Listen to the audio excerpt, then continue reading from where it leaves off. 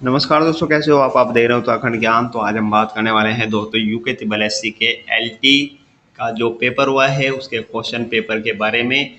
तो मेरे पास है दोस्तों एलटी का जो मैथ का पेपर हुआ है उस विषय से संबंधित। तो आज हम इसी के क्वेश्चन देखने वाले हैं कि कौन कौन से क्वेश्चन बने हैं, किस तरह से यहाँ दोस्तों कितने क्वेश्चन आए हैं यूके त्रिबल एससी के एलटी के पेपर में।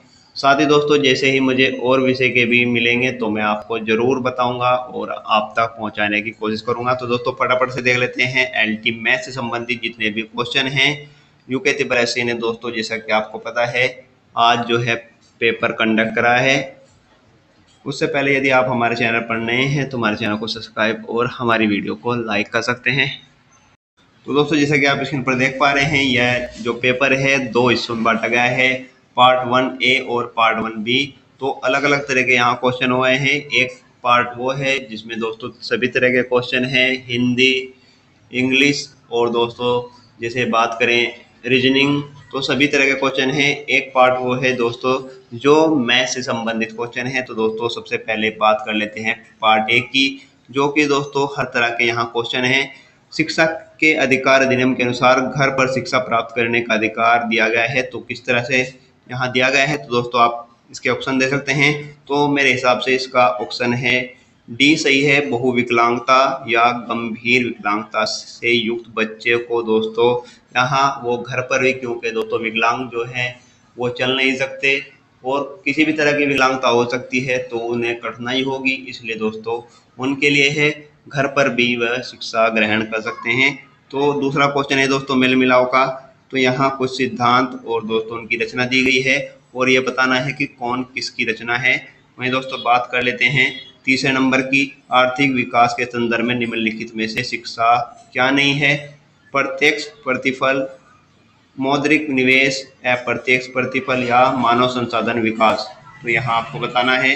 वहीं दोस्तों बात कर लेते हैं चौथे नंबर की, लिंग के अनुसार में निम्नलिखित कथनों में से कौन सा कथन असत्य है, ये आपको बताना है। वहीं दोस्तों बात कर लेते हैं पांचवे की, अनुभव शंकु प्रतिभान किससे संबंधित है, ये आपको बताना है।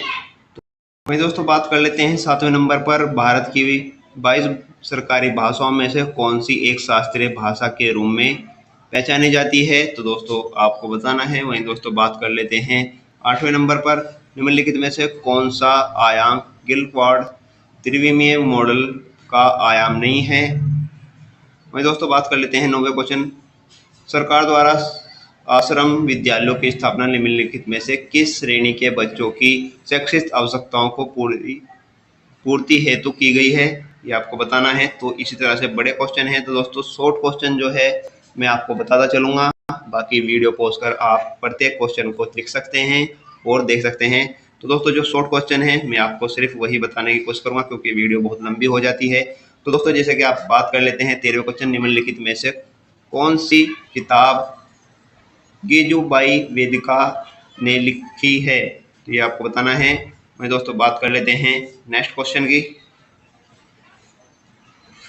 16वें नंबर पर क्वेश्चन है, सर जॉन एड्स कहा करते थे, तो क्या कहा करते थे वो क्या कथन है दोस्तों वो आपको बताना है। वहीं दोस्तों बात कर लेते हैं 17 क्वेश्चन की, समावेशी शिक्षा का दर्शन विश्वास करता है कि, ये आपको दोस्तों इसका जो है वो बताना है। वहीं दोस्तों बात कर लेते हैं 18 क्वेश्चन की, शिक्षित नेतृत्व की सर्वाधिक आवश्यकता है, ये आपको बताना है। 19वां क्वेश्चन, शिक्षक के लिए शैक्षणिक ज्ञान आवश्यक है क्योंकि यह उसे सक्षम बनाता है, तो आपको ये थोड़ा सोचने वाले क्वेश्चन है दोस्तों। मैं दोस्तों बात कर लेते हैं 20वें क्वेश्चन की, राष्ट्रीय शिक्षा नीति 1968 में शिक्षा की विकास किस संरचना को स्वीकार किया गया है। मैं दोस्तों बात कर लेते हैं 22 क्वेश्चन की, शिक्षकों में निम्न गुण अपेक्षित है, उच्च नैतिक चरित्र, स्वास्थ्य व्यक्तित्व, व्यावसायिक नैतिकता या मजबूत राजनीतिक आधार। तो आपको ये विकल्प छाड़ते हैं कि कौन कौन से होने चाहिए अच्छे शिक्षक में। वहीं दोस्तों बात कर लेते हैं 25वें क्वेश्चन की, केंद्रीय शिक्षण औद्योगिक संस्था की विशिष्ट उद्देश्य है, ये आपको बताना है। यानी CIET के विशिष्ट उद्देश्य क्या क्या हैं, जो कि यहाँ जो है केंद्रीय शिक्षित औद्योगिक संस्थान वो क्या करता है, मेन उद्देश्य उसका क्या है।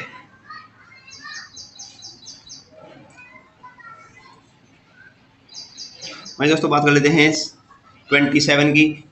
NCERT किस स्तर के शिक्षित मामलों पर केंद्रीय और राज्य सरकारों को सहायता और सलाह देती है। तो आप दोस्तों जो क्वेश्चन मैं एक्सप्लेन नहीं कर रहा वो आप देख लीजिएगा। मैं दोस्तों बात कर लेते हैं पार्ट A B की, जो कि यहाँ दोस्तों अब जो है मैथ्स से संबंधित और इंजीनियरिंग से संबंधित यहाँ क्वेश्चन हैं। तो दोस्तों बात कर लेते हैं 31वें। A और B C की आयु का योग 90 है। 10 वर्ष पूर्व A B व C की आयु का अनुपात क्या होगा, तो ये आपको बताना है। 32वां क्वेश्चन, तरुण कुमाऊं किसे प्रकाशित किया, तो तरुण कुमाऊं किसने प्रकाशित किया है वो आपको बताना है। श्रृंखला से संबंधित क्वेश्चन आया हुआ है। मैं दोस्तों बात कर लेते हैं कथन के बारे में, जो कि यहाँ दोस्तों यहाँ सभी जो हैं आगे उत्तराखंड संबंधित आए हुए हैं। और तो दोस्तों बात कर लेते हैं 36वें क्वेश्चन की, शताव्रत शब्द उत्तराखंड के किन मंदिरों से संबंधित है, ये आपको बताना है।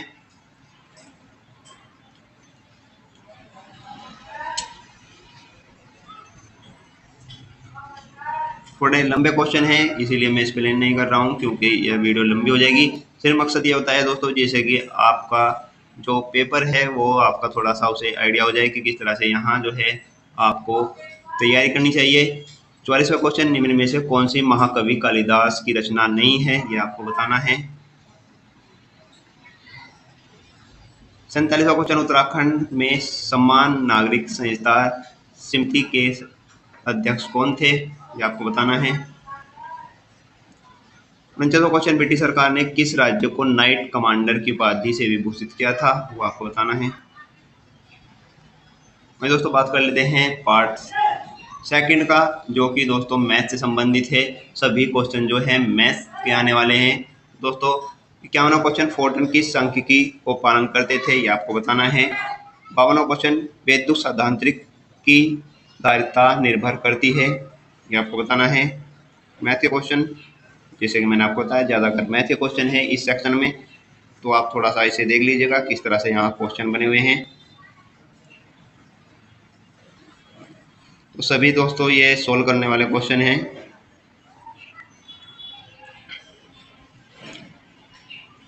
वहीं दोस्तों बात कर लेते हैं 64वां क्वेश्चन, यह कृषिका के विकिरण के स्पेक्ट्रम के लिए निम्न में से कौन सी सांख्यिकी प्रयोग की जा सकती है, ये आपको बताना है।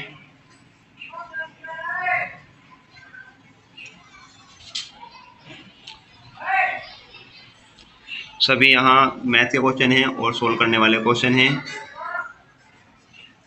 वहीं दोस्तों बात कर लेते हैं 70वें क्वेश्चन की।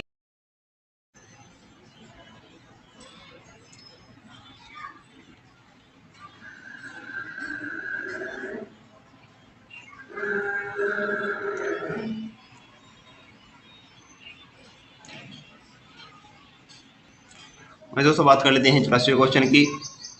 सरल आवर्त गति में स्थितिज ऊर्जा अधिकतम होती है, तो किस में होती है दोस्तों, वो आपको बताना है। अधिकतम विस्थापन पर, न्यूनतम विस्थापन पर, सभी जगहों पर, या उनमें से कोई नहीं।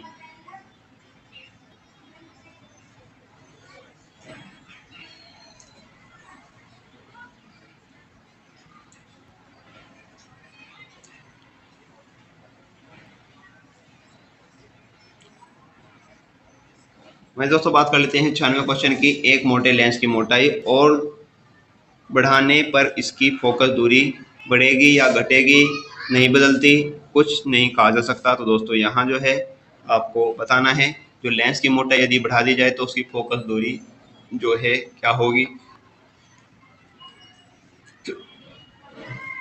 तो सभी इस सेक्शन में है सबसे ज़्यादा मैथ के, और मैथ के होते हैं दोस्तों सोल्व करने वाले, उसमें कोई एक्सप्लेन करना है की ज़रूरत नहीं होती।